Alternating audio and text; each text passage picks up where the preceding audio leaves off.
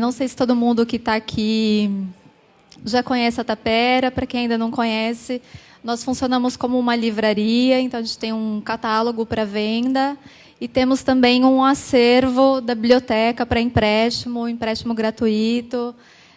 Além disso, a gente tem uma programação aí de eventos como esse, exibição de filmes, lançamentos, debates. Temos uma programação de cursos também, então quem tiver interesse em acompanhar a nossa programação, pode acompanhar lá pela página do Facebook. Tem um livrinho de visitas aí também, que pode deixar o e-mail para receber a nossa newsletter com a programação. E, bom lançamento aí. Quem quiser tomar um vinho e uma cerveja também pode procurar a gente aqui do lado. E passo a palavra agora, então, para o Nabor. Obrigado, Michele. Bom, boa noite a todos vocês. Agradeço imensamente a presença de cada um. Agradecer também o Antônio, a Tapera Taperá. Não é a primeira atividade que nós fazemos aqui. E somos sempre muito bem recebidos. E, enfim, o trabalho que é desenvolvido aqui pelo Antônio, a Michele, toda a turma, um trabalho bastante necessário com relação à possibilidade da consulta dos livros, né? Não apenas a venda. E também a sensibilidade do Antônio com relação aos títulos, né? Se vocês olharem bem, os títulos que tem aqui na Tapera Taperá, dificilmente vocês encontrarão em outras livrarias, assim, pelo menos dando uma observada nas muitas vezes que eu estive aqui. Não foram títulos que eu encontrei facilmente em outras livrarias, em outras bibliotecas. Então, é sempre um prazer e uma satisfação estar aqui, Antônio. Obrigado. Bom, é uma noite de lançamento do nosso site, né? Luciane Ramos, que é uma pessoa fundamental também dentro do projeto da revista. Você quer se apresentar, Luli? Bom, esse projeto do site da revista O Menelik Segundo Ato, ele se estende de 2016 até agora. Então, é um pouquinho mais de um ano de trabalho.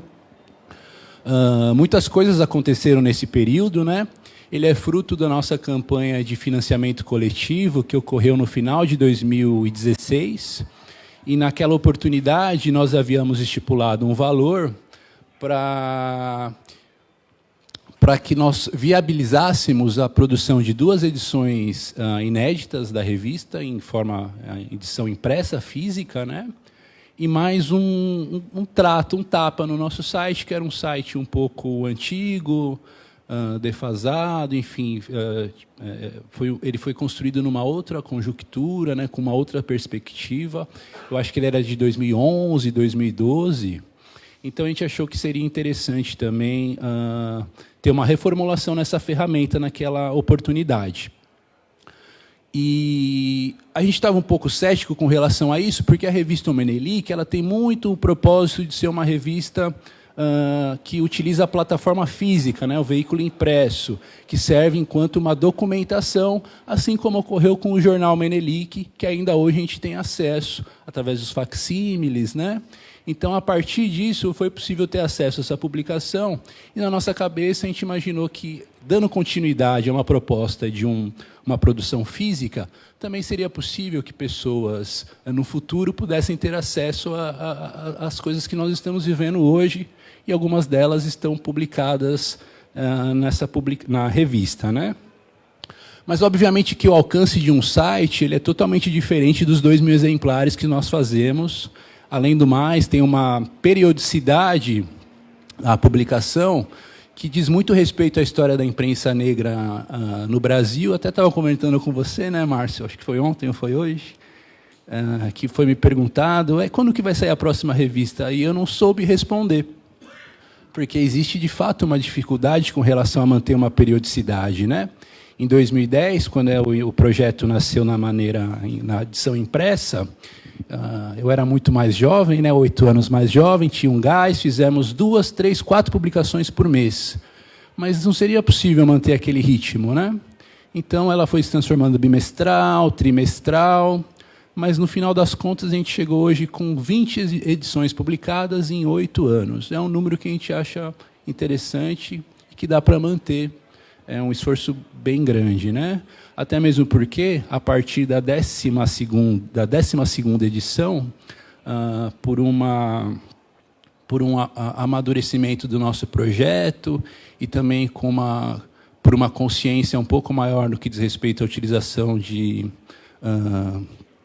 recursos próprios da nossa equipe, a gente passou a remunerar todas as pessoas envolvidas, né? Então, acabou sendo também um gasto a mais, mas necessário para uma publicação que se quer fazer perene, né? Essa remuneração se faz necessária. E então, desde 2016, a gente está nessa história de construir esse site. Foi um processo difícil, porque a revista ela tem uma proposta de ser uma revista, uma publicação, mas não uma publicação que dê conta dos assuntos do nosso cotidiano, né, que eles chamam de hard news, a notícia quente. A gente não tem conta, a gente não tem perna para dar conta de tantas informações. Isso fica muito evidente na nossa publicação, na edição impressa, né? Até mesmo pela periodicidade que ela tem, que é meio irregular, a gente trabalha com conteúdos que sejam não necessariamente coisas que estão acontecendo naquele momento, mas que fazem que fazem parte das discussões que estão acontecendo no período. Não necessariamente uma notícia do dia, que vai ser reverberada na publicação, mas uma reflexão com relação a tudo que envolve determinado assunto, determinado tema. E essa proposta, a gente pretende continuar nessa plataforma que é o site. Boa noite, boa noite. A gente pretende continuar com essa mesma perspectiva, com essa mesma proposta, né? Com uma atualização, com uma periodicidade quinzenal, mensal, mas mostrando que, enquanto um coletivo de homens e mulheres negros, nós continuamos bastante atentos ao que acontece no cotidiano da diáspora e, principalmente, no que diz respeito ao cotidiano dos negros no Brasil. Porque pode passar a impressão que, como a periodicidade da nossa publicação ela é bem esparsa entre uma e outra, que nós não estamos discutindo, refletindo todos esses acontecimentos que envolvem a cena política, cultural e social do nosso país, quando, pelo contrário, nós estamos em constante movimento, né, no que diz respeito a esses temas. E essa plataforma virtual nos dá a oportunidade de publicar essas inquietações, buscando sempre uma reflexão. Não serão textos tão curtos, assim como acontece muito na publicação impressa, né? Você quer falar alguma coisa, Lúlia? Eu continuo. Vai. Com relação à construção do site, eu vou abrir ele aqui para vocês. Não sei se alguém teve a curiosidade de acessá-lo hoje. Acho que desde manhã, o programador, que é o Maneco, Claudinei, o Maneco que fez esse site, ele já deixou no ar desde manhã. E o que a gente buscou? Bom, como não é um site que terá notícias todos os dias, a gente tentou, na home do site, acho que seria legal eu já mostrar, né? Eu vou mostrar, então, na prática aqui. Não sei se é melhor abaixar um pouco a luz. Acho que todo mundo consegue ver bem. Bom, pessoal, então, ele não é tão intuitivo, né? A gente trabalhou aí com um carrossel de... a forma técnica, né, que o programador me ensinou chama-se carrossel.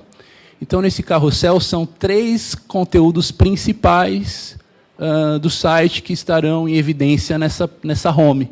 Quando vocês entrarem no Menelik 2ato, serão os últimos 3 textos ou os textos principais da publicação. E, para inaugurar essa nova ferramenta, nós contamos com 3... na verdade, as fotos do Carnaval são 3 fotógrafos, com mais 2, então são 5 colaborações. A história do Pássaro Preto, o Cavalariano Rebelde, foi um contato que eu tive com a Flávia, e através do Claudinei, um amigo em comum que nós temos, e logo de princípio que ela me mostrou esse material, eu me interessei muito pela história, né? Enquanto jornalista, eu me interesso muito por uma editoria que tem o nome de História e Memória. Então, quando ela trouxe esse caso dos anos 31, né, Flávia? Eu achei muito interessante a história do Pássaro Preto Cavalariano Rebelde, é uma pesquisa que a Flávia vem fazendo. Então, a gente adequou ele para o formato do site. Espero que vocês gostem da leitura e do assunto, né?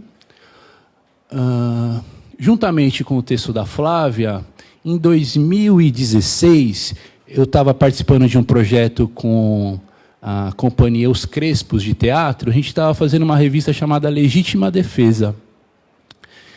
E foram encomendados diversos textos para essa publicação, uma publicação física que, inclusive, tem aqui na Tapera Taperá. E um dos textos encomendados foi do Alain da Rosa, o poeta, dramaturgo, crítico de teatro também. E ele faz uma crítica com relação ao espetáculo Farinha com Açúcar, do Gé Oliveira, que integra o Coletivo Negro, né? E por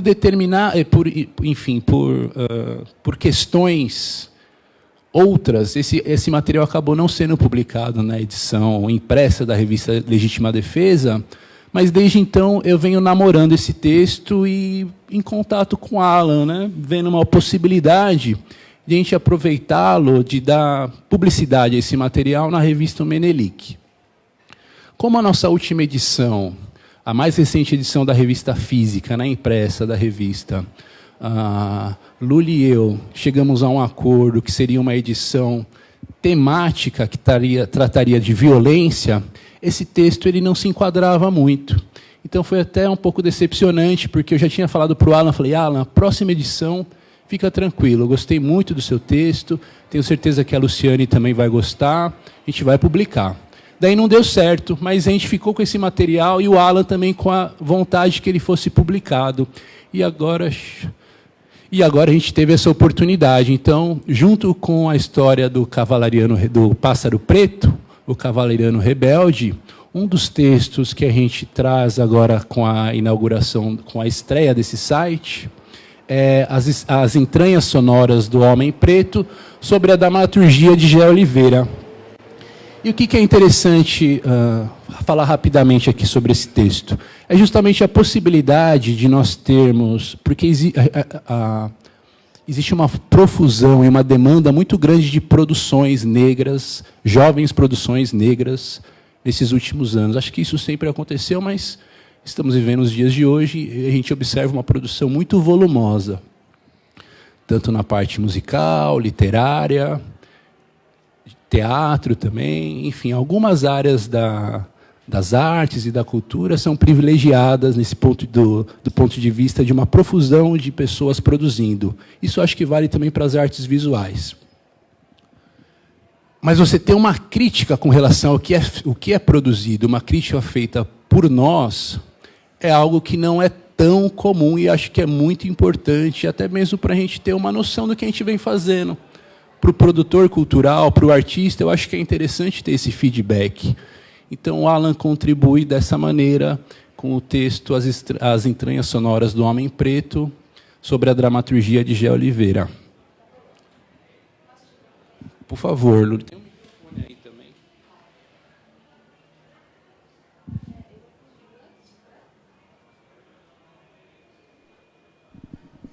Tá. Posso quebrar só um pouquinho a dinâmica? Pode acender a luz um pouquinho? Vou atrapalhar? É que começar falando no escuro, né? Apesar dos múltiplos sentidos da escuridão. Estou gostando muito de falar que a gente escurece as coisas. É rápido, tá, Nabor? Senão a gente perde o fio da meada e não... Oi? Para quem não me conhece, eu sou Luciane Ramos, faço parte do corpo editorial da revista. Eu queria só aproveitar o gancho e aquilo que o Nabor apresenta para vocês sobre a intenção desse texto do Alan. Quer dizer, a intenção do texto, ele vai discutir tanto dramaturgia negra quanto masculinidades a partir da perspectiva da obra do Gé Oliveira, né? Mas tem sempre esses trabalhos que a gente traz, eles vêm de um contexto de intelectualidade, de arte negra, que a gente procura valorizar enquanto discursos daquilo que a gente produz, enquanto discursos afirmativos daquilo que a gente produz. E essa afirmação, ela não é só política, né? Ela é também política, mas essa afirmação, ela também nos ajuda a perceber o quanto de riqueza esses autores, essas autoras têm produzido, né? Então, em 2018, a gente tem falado de dramaturgia negra.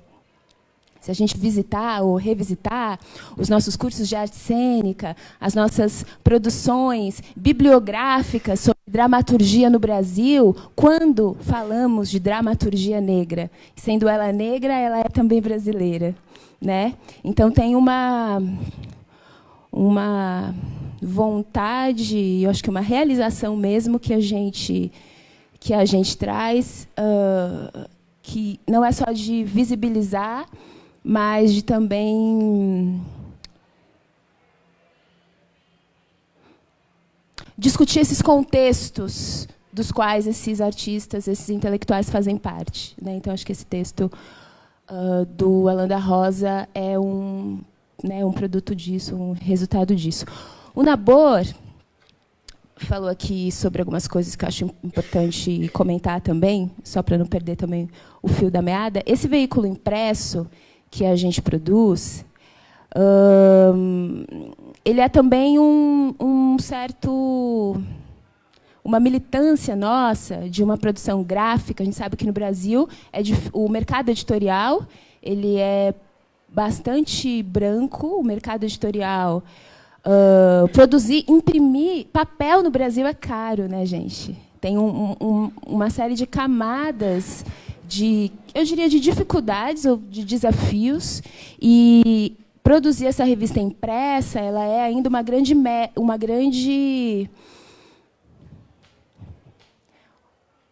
grande projeto, né, para a gente. Então, se por um lado a gente fala desse conteúdo online que viaja com muito mais facilidade para muitos lugares, né? Eu cheguei agora do Senegal e encontrei o Siaka, que produzia um conteúdo para a gente, para a revista de 2 anos atrás, né?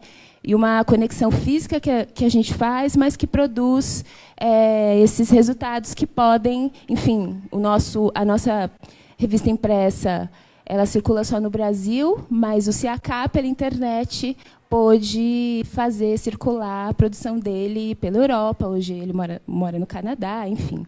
Então, esse conteúdo online também ele viaja com mais facilidade. Então, a gente também valoriza e considera bastante importante também pela eficiência de navegação da mensagem, né? O Nabor falou também sobre os assuntos que a gente prioriza, né?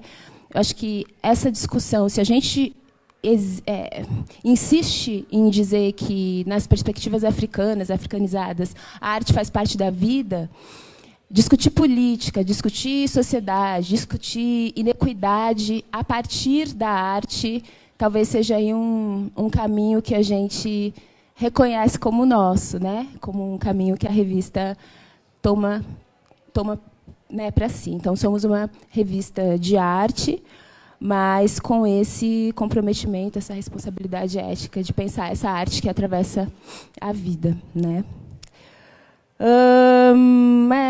Acho que isso. E a periodicidade, né? Eu diria que a nossa periodicidade ela está no fluxo das coisas, no fluxo das necessidades, tomara, né, que a gente possa retomar uma periodicidade mais extensa, ou melhor, menos um intervalo menor, mas é esse fluxo também que tem a ver com a situação essa toda que a gente vive, abrindo a porta e encarando, né?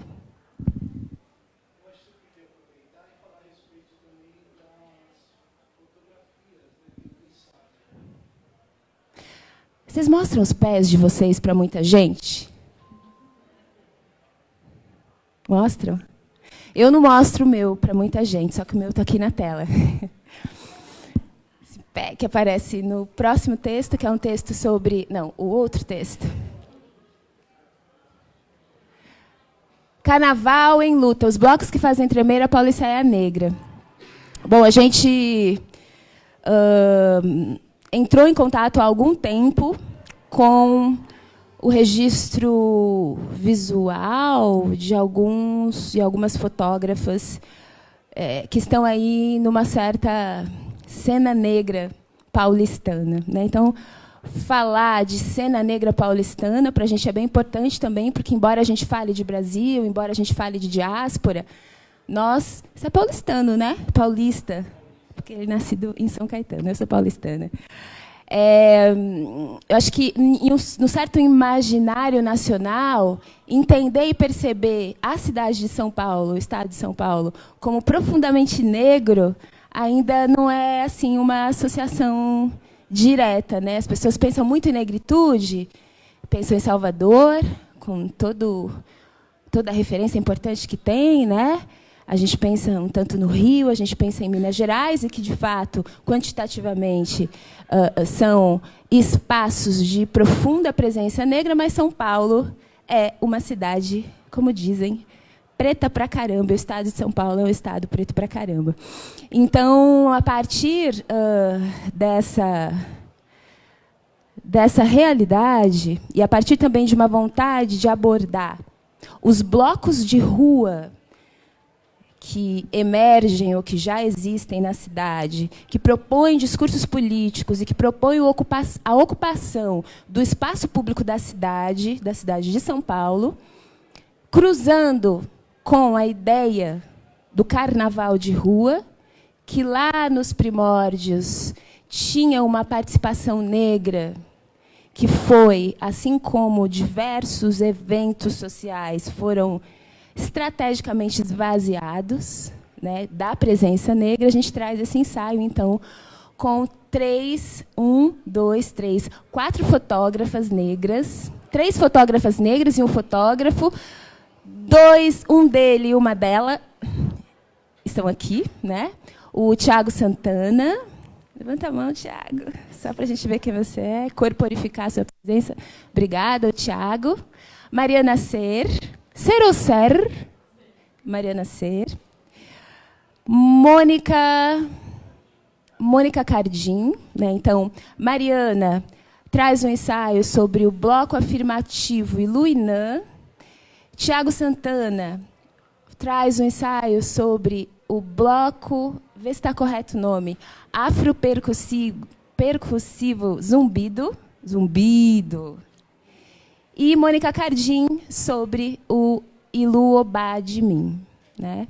Então, a gente fala esses ensaios visuais trazem aí os discursos desses que são blocos que têm as suas histórias, os seus percursos, inclusive a sua idade, né? O Zumbido é um bloco muito jovem, mas que produzem discursos sobre a ocupação do espaço público na cidade e discursos afirmativos negros. Cada um da sua forma, cada um com a sua cor, né?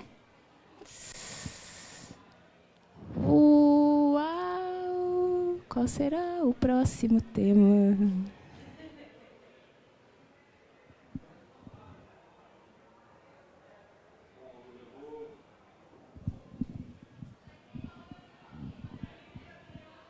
Acho que é isso, Luli. Obrigado. Eu vou só, então, basicamente falar rapidamente como vai poder ser feita a navegação, né? E Eu acho que a hora que eu parei, eu disse que a gente, como a gente não era um site com notícias sendo publicadas todos os dias, havia a possibilidade de ter um outro layout para o site, né? Então foram estudados muitos sites. Quando você vai fazer um site, acho que muitos de vocês já tiveram essa experiência. Existem algumas barreiras, alguns empecilhos, né? Não deixa de ser também uma iniciativa que empreende recursos financeiros, né?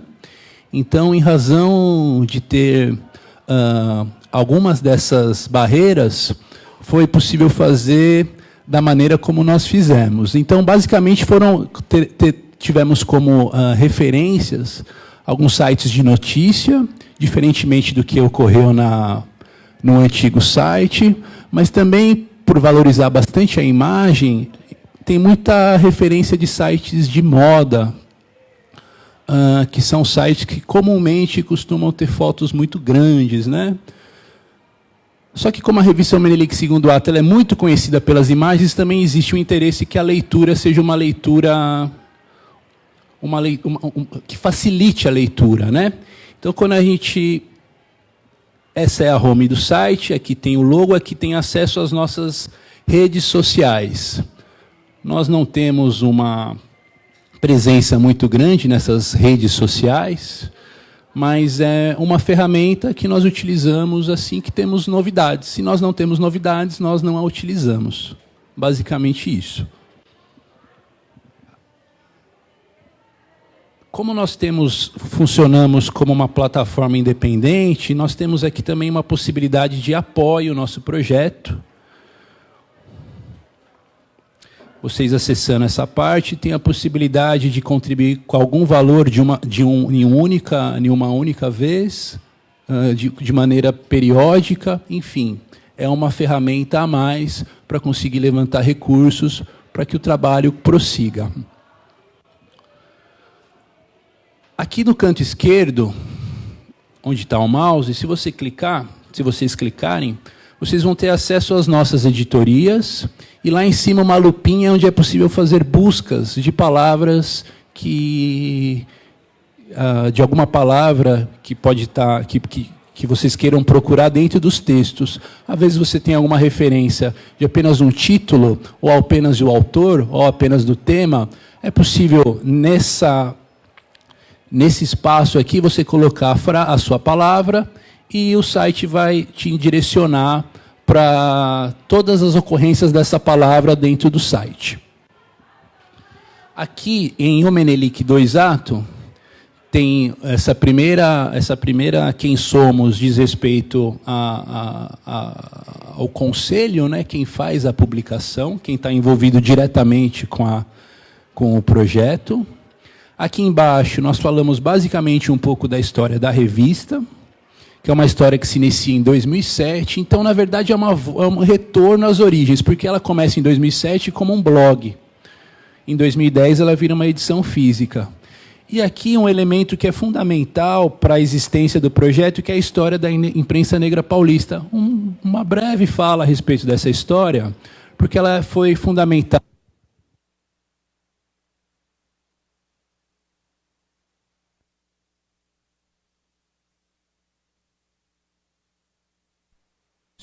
Isso não apenas para o nome da publicação, que a gente toma de emprestado do jornal Menelik, mas para toda a relação que foi criada com esse termo, né, com esse movimento, que é de uma imprensa negra surgida da comunidade negra.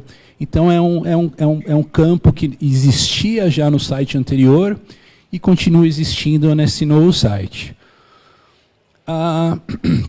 A escolha dos nomes das editorias também foi algo um pouco difícil de ser feita, porque são assuntos que eles são transversais, então a gente tentou enxugar o máximo possível para não ficar uma lista muito grande aqui, mas basicamente é o seguinte: em artes visuais, a gente denominou como artes plásticas todos os temas relacionados à produção visual no que diz respeito uma produção artística visual, com exceção da fotografia. Então, está nessa aba. Embaixo, a gente colocou fotografia e cinema. Fotografia, basicamente, são os ensaios que são produzidos para a revista, e cinema são os textos que dizem respeito a esse assunto, né? Artes da cena, nós temos teatro, daí dança e performance numa única aba. Audiovisual, nós temos vídeo, e podcast foi algo que eu estava desempregado há um pouquinho mais de um ano atrás. Eu falei, não, a gente consegue fazer o podcast. Eu vou fazer o podcast. Eu fiz 1, fiz 2, fiz 3, fiz 4 e não fiz mais, mas prometo que continuarei fazendo. Basicamente, o que é o podcast? Quando nós vamos fazer geralmente, o Manelik funciona da seguinte maneira. A gente faz o contato com o colaborador. Esse colaborador, dependendo do tema que vai ser colocado na publicação, ele vai até o objeto, até a pessoa e faz a entrevista. Eu vou recorrer agora a um caso de uma pessoa que faz tempo que eu não vejo, e uma parceria dessa maneira ocorreu, que foi a Liliane Braga. Lili, eu quero falar sobre o Aláfia. Tá bom, Nabor, vamos falar sobre a Aláfia. Então vamos entrevistá-los. Fomos no estúdio do Aláfia. Então a gente leva uma câmera, a gente filma. Dessa filmagem surge um material que a gente transcreve, ele vai para a edição impressa da revista. Visualmente a gente grava, então é um vídeo. Mas a parte de áudio também pode virar um podcast. É mais uma maneira de ter mais uma possibilidade desse material chegar às pessoas. Então, dessa maneira que ocorre. E os podcasts que eu coloquei aqui foi de uma fala bastante significativa que ocorreu na Pinacoteca do Estado de São Paulo em 2016, durante o seminário Territórios. E como foram falas muito interessantes, falas que nem sempre elas ocorrem, então foram os primeiros materiais que eu coloquei nesse formato de áudio. Então aqui estão as falas da Janaína Barros, artista visual. Eu vou abrir até para a gente ver rapidamente.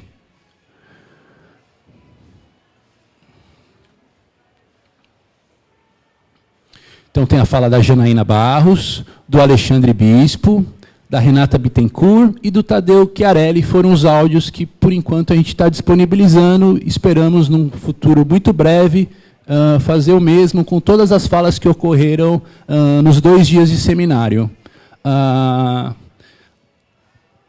E espero que seja um material útil para pesquisadores e para quem se interessa pelo tema.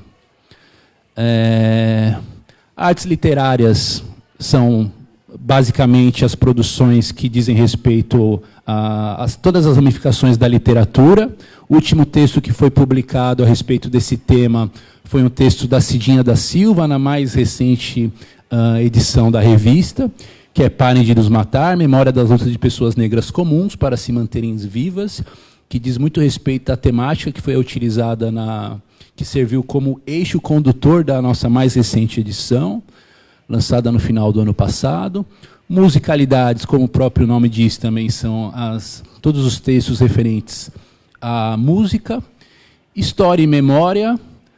Esse mais, é aí que está o lance do mais. O mais é justamente uma possibilidade de a gente agregar todos os demais assuntos que não cabem nas editorias. Antes tinha o nome de especial, mas eu e a Luli, muito criativos que somos, colocamos mais, que foi a única palavra que a gente encontrou, uma palavra pequena que pudesse definir tudo que tem de produção, que não encaixa nas demais editorias. Então, vocês vão encontrar em mais. Eventos. É que a publicação física, impressa da revista, despertou muito na gente a possibilidade da troca. E isso acontece nos eventos que nós realizamos, seja os eventos de lançamento das revistas, seja os eventos que nós fazemos em torno de algum assunto que está dentro da publicação. Então, como nesses 7, 8 anos de trajetória foram muitos eventos, alguns nós já subimos no site, e alguns ainda estão por subir, mas é uma aba dentro do site que terão os eventos que irão acontecer e os eventos que já aconteceram, basicamente os registros fotográficos. O contato, uma maneira das pessoas entrarem em contato com a gente.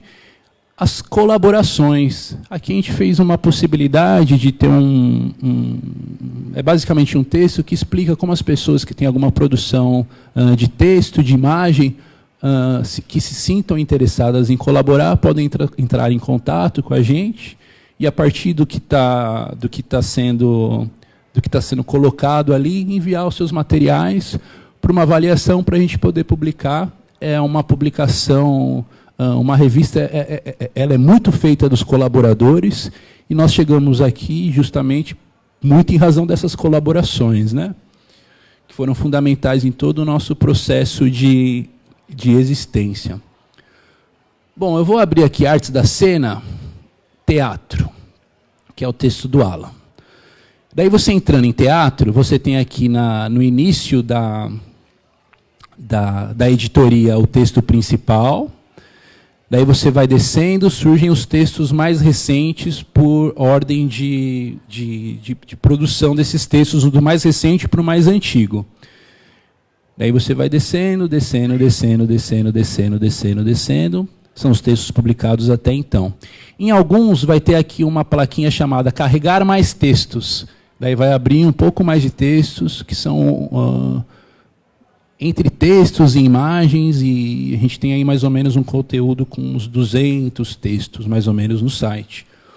Nesse período, incluindo as 20 publicações e alguns materiais aleatórios que surgiam especificamente para serem publicados no site. Se a gente entrar aqui nesse texto do Alan, aqui em cima está o período que ele foi publicado, julho de 2018. Aqui o título, o autor, o texto propriamente dito. A gente acredita que esses espaços laterais, o espaçamento entre as linhas, facilitam um pouco a leitura. E foi uma das escolhas que nós fizemos por esse formato. E como existe uma valorização das imagens, as imagens algumas vezes aparecem grandes, ocupando toda a tela. Aqui tem uma pequena legenda, desce, desce, desce, tem texto. Aqui um destaque dentro dos textos, né, uma aspas.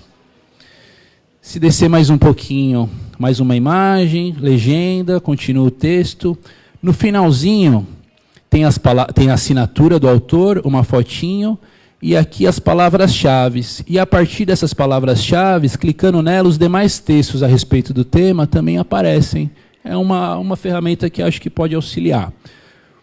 Por exemplo, vamos ver teatro negro. O que tem mais de teatro negro dentro do site? Um medo, porque eu não sei se eu fiz o teste disso aqui. Mas ainda bem que apareceu. Daí, teatro negro. Tem o texto do Alan, que já estava lá. Uma homenagem aqui à família Trindade. Sobre a Companhia Os Crespos. Aqui um texto do próprio Gé Oliveira. Coletivo Negro. Ocupar, Resistir e Interpretar grupos de teatro negro em São Paulo. E todos os demais textos que falam sobre esse assunto.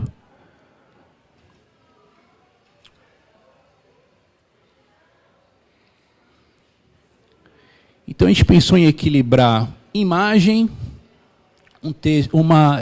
transpor, né, porque existe uma linguagem que trabalha muito com a imagem na edição física da revista, edição impressa. A gente tentou transpor para o site esse cuidado com as imagens, mas sem deixar de lado os textos. Então a gente acredita que seja uma leitura agradável de se fazer com esses espaçamentos laterais.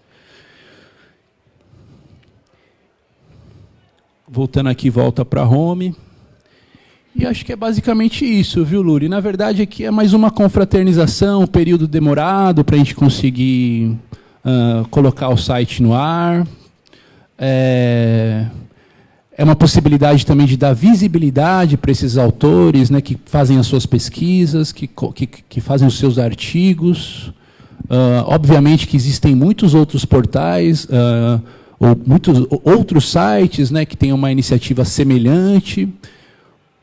Temos o GL10, o Alma Preta, o Mundo Negro, o Correio Nagô. cada um com a sua especificidade, e com o Menelik não é diferente, né? Então, basicamente é isso. A gente convidou vocês aqui para a noite de hoje, mas para celebrar, dizer que o nosso projeto, a nossa iniciativa, né, ela continua, agora com esse desafio dessa interatividade, porque em todos os textos existe a possibilidade de se fazer um comentário, né? E a edição física, né, a edição impressa da revista continuará também.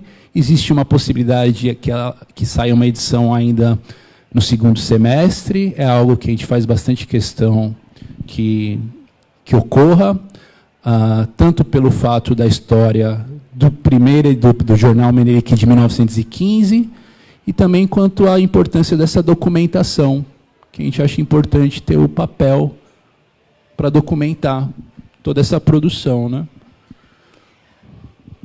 Da minha parte é isso, viu, Luli? Duas coisas.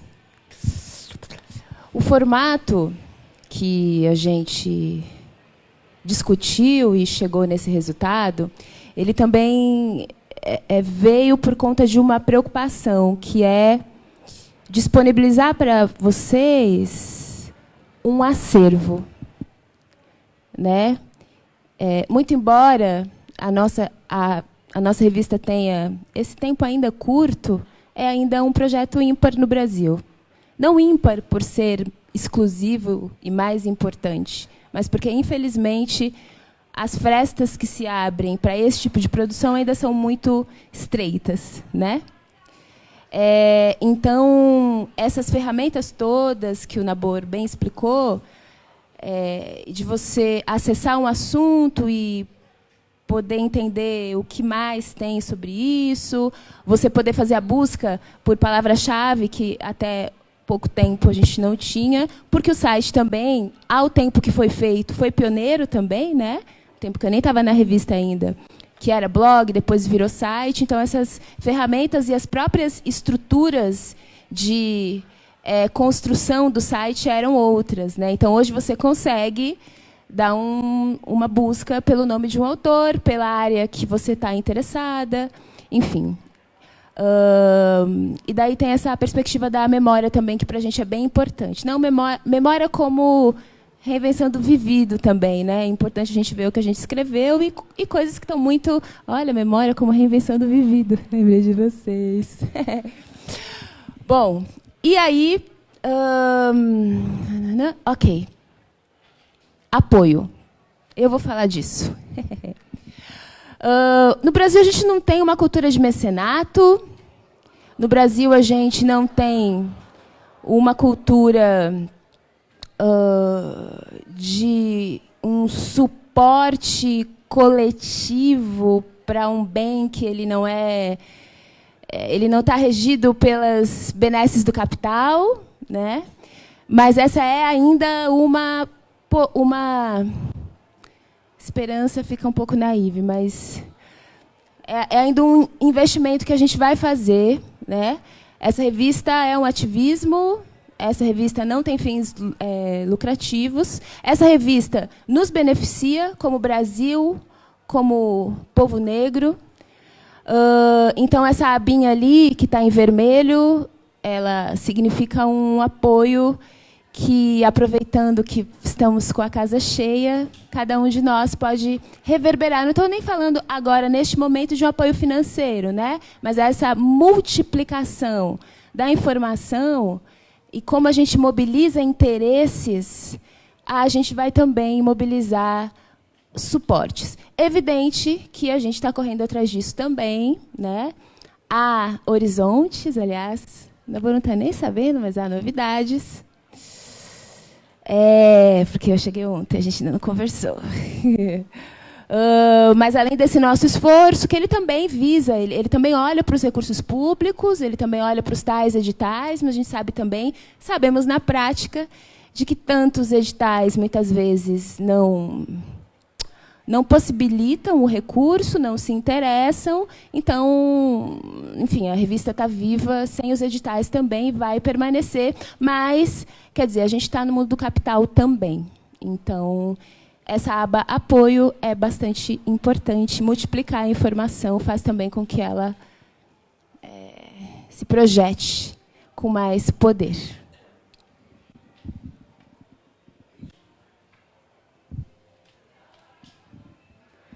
Tem microfone aqui para vocês, se vocês se vocês quiserem fazer algum questionamento. Também. Perguntar. Vamos lá, pessoal, vamos fazer a conversa ser múltipla. Não sei se alguém que... Bom, eu tenho uma pergunta, na verdade. Tá joia. As pessoas podem enviar textos para vocês pelo site? Pelo site em si, não, Cadu, mas quando você... A partir do momento que a pessoa começa a navegar, em colaborações, existe aqui um texto que fala como as pessoas podem contribuir com os seus textos e imagens, e os direitos autorais dos mesmos. O que seria, a pessoa pode publicar, pode ter um interesse, né, de fazer uma publicação para que ela seja publicada no site, ela entra em contato com a gente, daí tem pequenos critérios, que são justamente para ter uma organização mínima desse fluxo, e para que ele seja alimentado e para que essa colaboração de fato se efetive. A gente fala a respeito de como os textos devem vir, as imagens, e daí existe essa possibilidade da colaboração, sim, com certeza. A publicação ela é muito feita das colaborações, né? Uma revista ela tem muitos outros olhares para além dos olhares de quem a gere, né? E na verdade é justamente essa pluralidade que faz com que a publicação aconteça, né? Os textos fazem muito sentido, essas colaborações, principalmente que quando eles vêm de outros estados e apresentam outras perspectivas, outras realidades. Então, é uma ferramenta que a gente trabalha muito na edição impressa e continuaremos trabalhando no site, né, com as colaborações.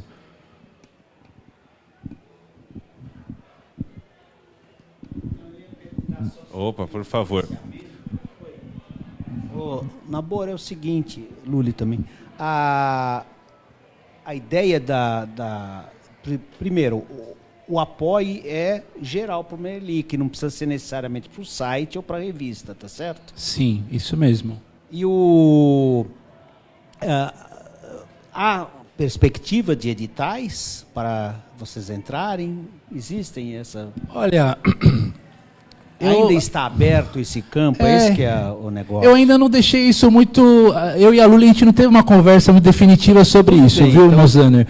Mas, como é um projeto que ele está completando 8 anos, quase uma década, passa muito pela minha cabeça também fazer com que os projetos mais recentes sejam os projetos que participem dos editais. Sei. O Menelic, com esse período, pode tentar uma caminhada de uma outra maneira.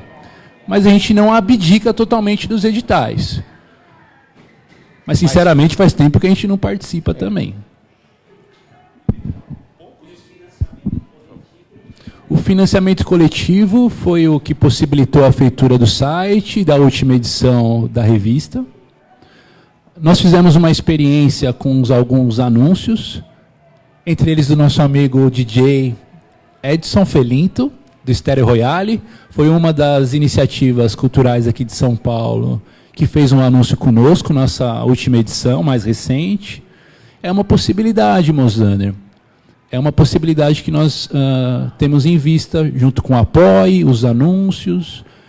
A gente vai criando alternativas, né, para a sustentabilidade do projeto. E quando a gente fala de editais, quer dizer, a gente aplica a editais públicos. Os editais públicos têm perfis, né? Editais públicos nacionais, editais públicos estaduais. São Paulo é um estado que ainda proporciona algumas oportunidades, se assim eu posso dizer, no campo dos editais, que é bastante diferente de alguns outros estados, né?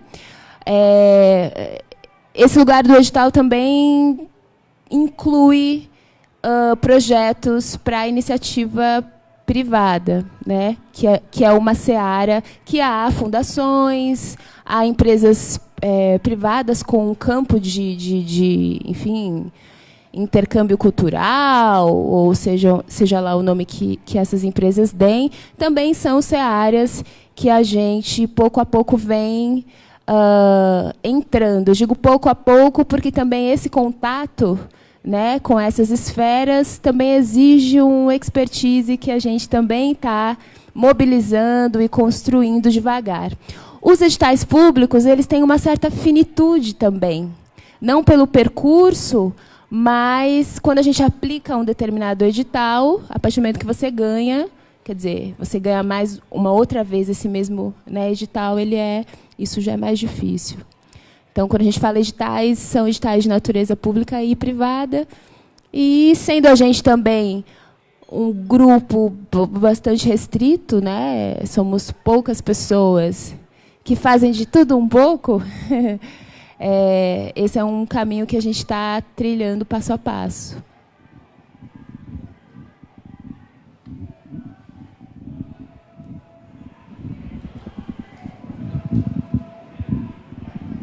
Ajudar a contribuir aqui com uma pergunta. Eu vou até reunir em mais de uma, ok? Uma delas, os nossos movimentos voltado ao lado partidário, né? Eles estão crescendo e recentemente a gente tem alguns partidos negros em defesa da nossa população pela nossa vulnerabilidade.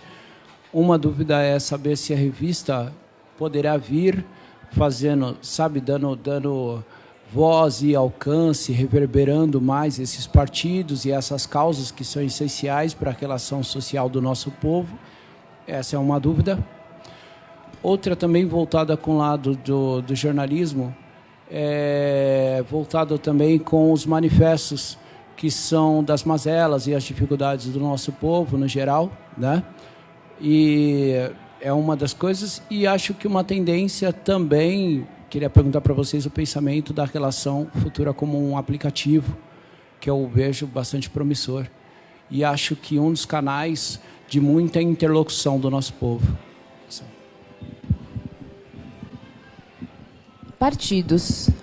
Nossa publicação é uma publicação independente. Eu diria que, bom, nesse momento a gente não tem... Nós estamos envolvidos com atores sociais que, porventura, fazem parte de agremiações políticas, mas, neste momento, a nossa relação é com esses atores e atrizes sociais e não com as instituições que eles habitam. Oi? Eu não estou falando só de pessoa física. Eu acho que podem ser instituições também, mas ainda para garantir uma independência de existência, a gente...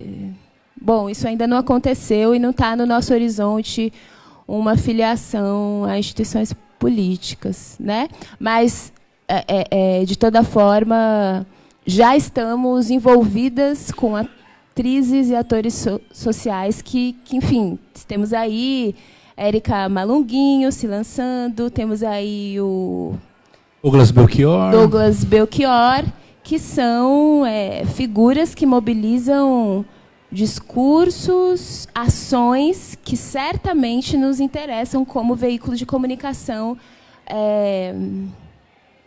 das questões que dizem respeito às negritudes.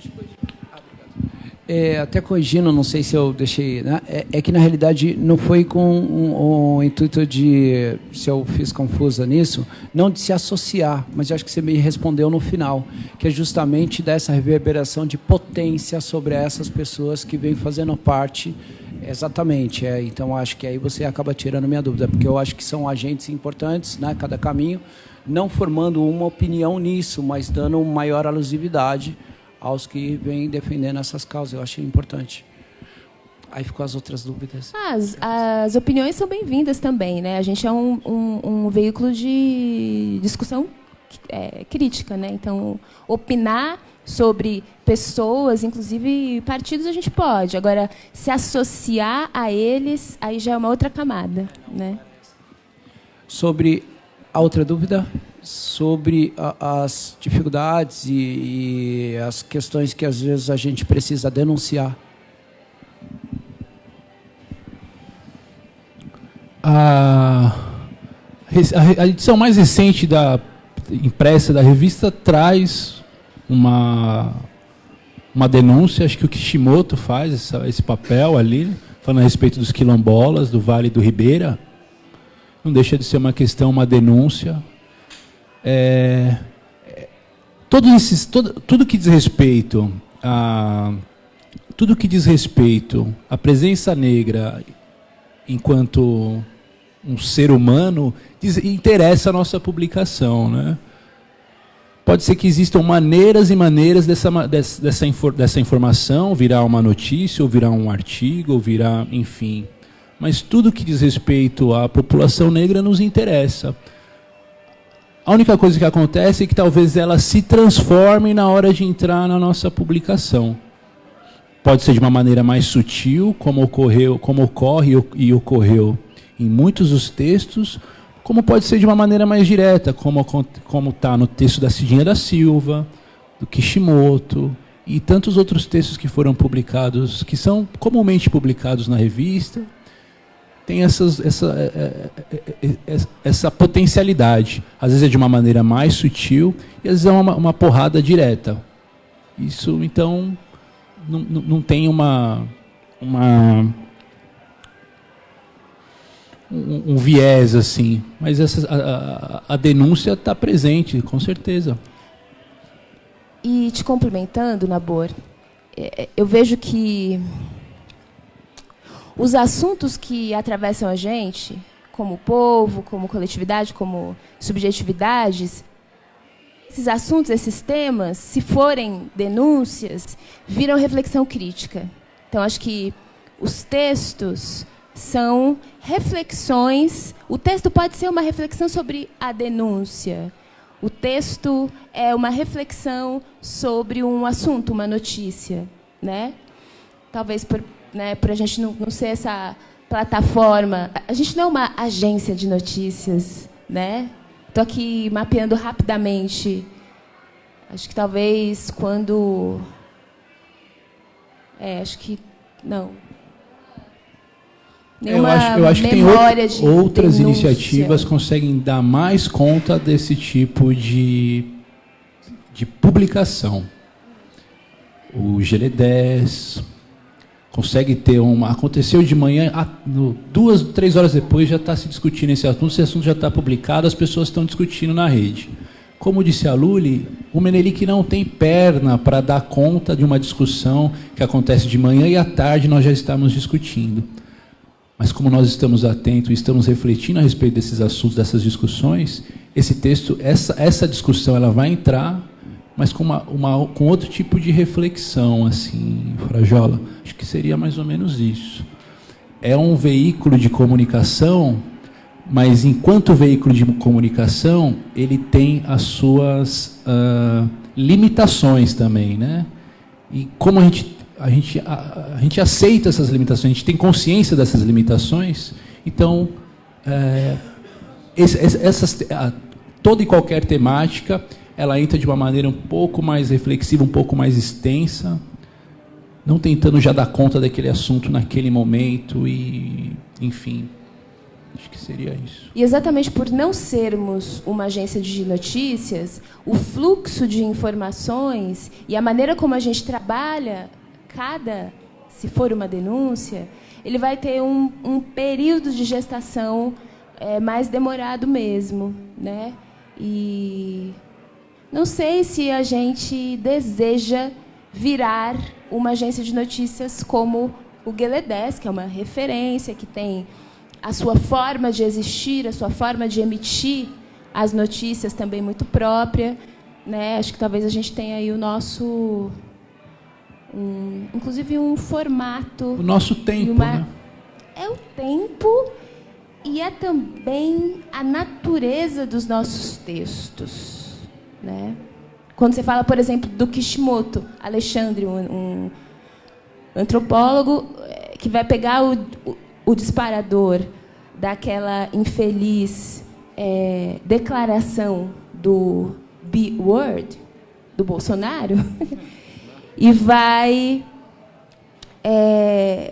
discutir aí política de Estado, vai discutir anunciações das populações remanescentes de Quilombo, vai discutir a sustentabilidade que essas comunidades proporcionam, a relação delas com, quer dizer, a relação do campo com a cidade. Então, Alexandre amplia o debate, o tema, para uma série de assuntos que, quer dizer, isso não é um texto de manhã para tarde, né? É um texto, inclusive, que para o seu cultivo exige labor, né? Até mesmo porque ele traz ali referências da própria presença da família Bolsonaro naquela região, né? Ele traz aspectos da adolescência do Bolsonaro.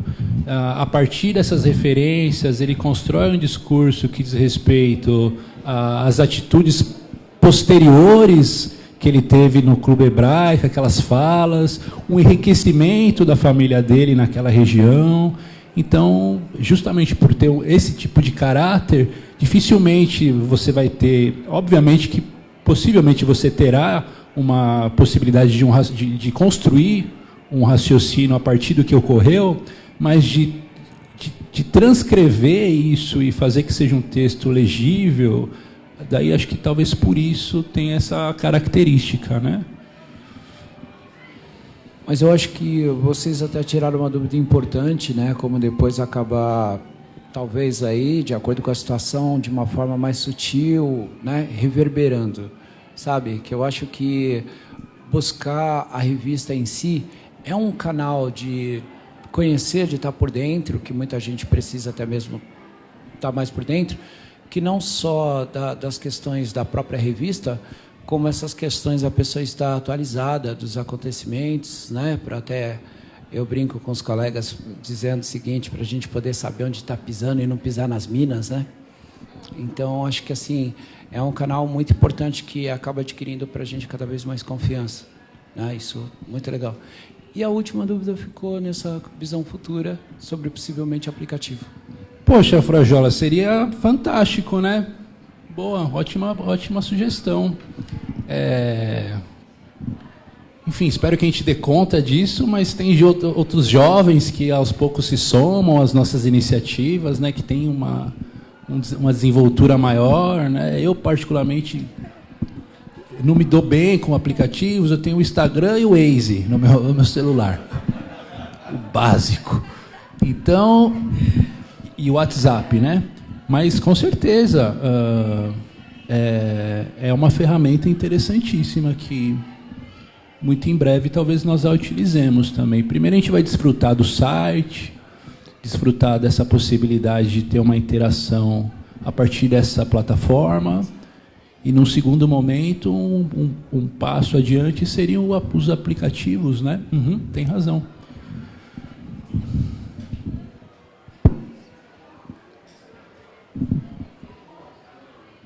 Enquanto vocês pensam, quer dizer, se é aqui. Obrigado, viu? De nada. Vocês sabem que um dos nossos desafios, e acho que é o desafio do incentivo à leitura, e aí do nosso desafio específico em lidar com o nosso povo, é o nosso desejo que as pessoas leiam essas coisas, né? Eu acho que eu já falei isso em outros encontros, mas é fundamento. Então, digo que é desafio porque, se a gente tem, por um lado, a experiência da revista impressa, o nosso povo lê, sim, né? A gente sabe. Mas existe também uma cultura da notícia, da coisa escrita, expressa, e da coisa que passa rapidamente pela tela, te captura, e daí você começa a ler uma coisa, você não sabe nem mais onde você foi, ou parou, ou se dirigiu, porque você já, de repente, mudou a aba. Abriu uma segunda janela e foi para o Facebook, foi para o Gmail e se perdeu. Então, se por um lado a gente dá vazão com mais facilidade ao nosso conteúdo, tem também essa captura, e que a gente deseja, que a gente vai investir nisso, que é a leitura integral dos conteúdos, ou minimamente assim presente que essa leitura seja, né? Então, alguém lembra de algum texto que leu recentemente, ou o último texto que leu da revista? Porque todo mundo, agora eu vou fazer uma provocação, todo mundo fala, nossa, a revista é muito linda. Qual foi o último texto que você leu? Nossa, eu tô com a revista lá em casa, tá muito linda. É um desafio para a gente, talvez um desafio para nós, assim, como coletividade, né? Inclusive se ler, se visitar, se apreciar, né? Logo mais a gente vai ter a colaboração da Izzy Serena. Quero apreciar o trabalho de Izzy no nosso site. Estou contando história para vocês sentirem vontade de falar. Mas acho que é isso. Acho que é isso, Luli. Basicamente é uma data para apresentar o site e também para confraternizar com vocês, né? Agora uma nova etapa. Enfim, basicamente isso. Reunimos vocês aqui para a gente confraternizar junto. Ficamos um ano para que essa plataforma surgisse, e agora a gente tem a possibilidade de fazer com que ela, de fato, tenha uma existência que seja de interesse das pessoas que a procurem, né? A gente fez tudo isso para que os leitores tenham uma comodidade na leitura, fuçem bastante as imagens, tem muita imagem, conheçam os autores dos textos, né? As suas pequenas mini-biografias, e como a Luli disse, que as pessoas possam de fato ler, né? Sempre a principal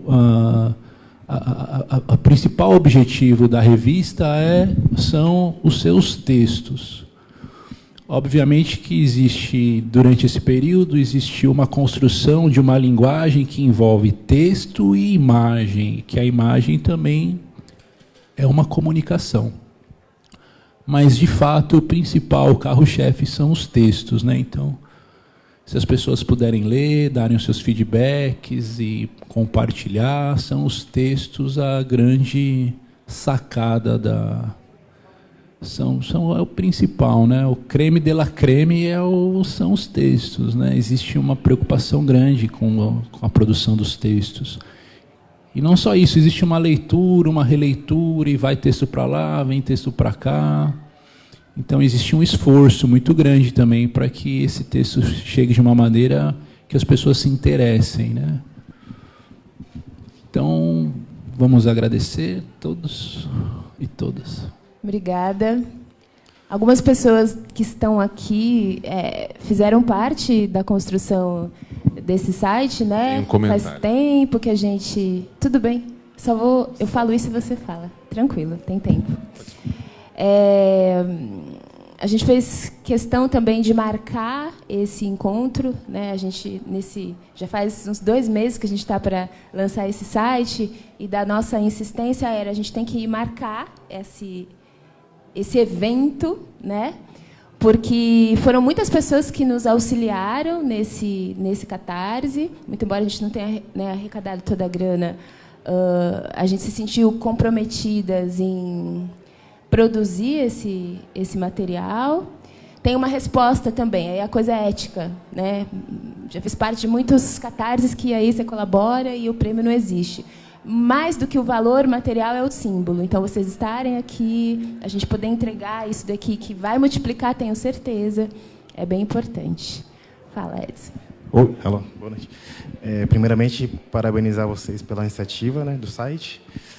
E uma dúvida, assim, talvez besta até, mas é que eu tenho acompanhado vocês quase desde o início, né? Já tocamos juntos, né, em alguns lançamentos. E ultimamente tenho mais visto a cara de vocês dois, né, à frente, né, até no último lançamento, que foi aqui também, né, estavam vocês dois e agora também. Aí minha dúvida é a seguinte: quem agora é esse núcleo, quem que é o núcleo duro, né, da revista? Que assim, a gente, ao longo das edições a gente vê que tem as colaborações, né, mas tinha aquele núcleo duro que inclusive o Alexandre, né, a Cris, a Renata, entre outras pessoas, né? E agora? Que pergunta difícil, uma pergunta boba. Inocente, né? Na verdade, o que acontece é o seguinte, Edson. Todas as pessoas que você citou, elas participaram e participam, né? Contribuíram fundamentalmente para a edificação desse projeto e para o amadurecimento dele, né? A Renata Felinto, em determinado período, ela foi para o Ceará. Daí ela estava com seus 2 filhos. E ela tem uma produção e, enfim, é uma pessoa que não para, né? Então ela achou, em determinado momento, que ela se afastando um pouco, ela conseguiria dar conta das demandas que ela tem, né? Enfim, que são muitas. E foi uma notícia super dura para a gente, né? Especificamente para mim, porque depois do Alexandre, foi a Renata a segunda pessoa, né, que entrou para a revista, assim, para o conselho. Mas continuamos, enfim, próximos, independentemente dela não estar, né, nesse conselho. Com relação a Cristiane, a Cris e o Alexandre, é algo muito semelhante. As demandas outras acabaram afastando os dois, mas formalmente não. Formalmente não. E a Luli, para não me deixar sozinho nessa, porque sozinho eu também ia falar, bom, eu também vou apagar a luz e vou embora. Mas a Luli, para não me deixar sozinho, tem sido uma parceira assim fundamental, né, para que o projeto tenha continuidade, para ele que aconteça, para um amadurecimento do projeto. A Cristiane e o Alexandre continuam com funções outras, né, dentro do conselho, assim, mas mais direcionado à edição física, mais impressa da revista, mais direcionada para a parte prática mesmo, de definição de pautas, indicação de colaboradores, mas a gerência de todo o projeto já faz alguns anos vem sendo encabeçada pela Luli e por mim, né? Espero que a Luli continue, porque senão o que eu vou fazer? Ele diz para não deixar ele sozinho. Eu tô para não nos deixarmos sozinhos. Eu não fico sozinha também. Então, a Renata, de fato, né, teve essa da parte dela, né, e que ela achou por bem, enfim, tocar as demandas, né. Mas a contribuição dessas pessoas, a contribuição delas para a edificação e amadurecimento do projeto está muito presente aqui no site. Não são 1, não são 2, não são 3 textos, são 4, 5, 6, 10 indicações de colaborações, e, enfim. Mas, de fato, nesse momento, somos nós dois. Eu não chamaria de um núcleo duro. É um núcleo maleável. E daí essas outras pessoas são fundamentais, e elas estão com a gente na maneira que é possível estar, né?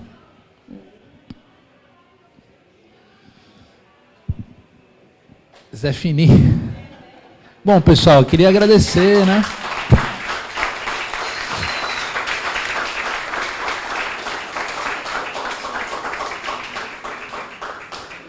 Agradecer a presença de todos, todas aqui.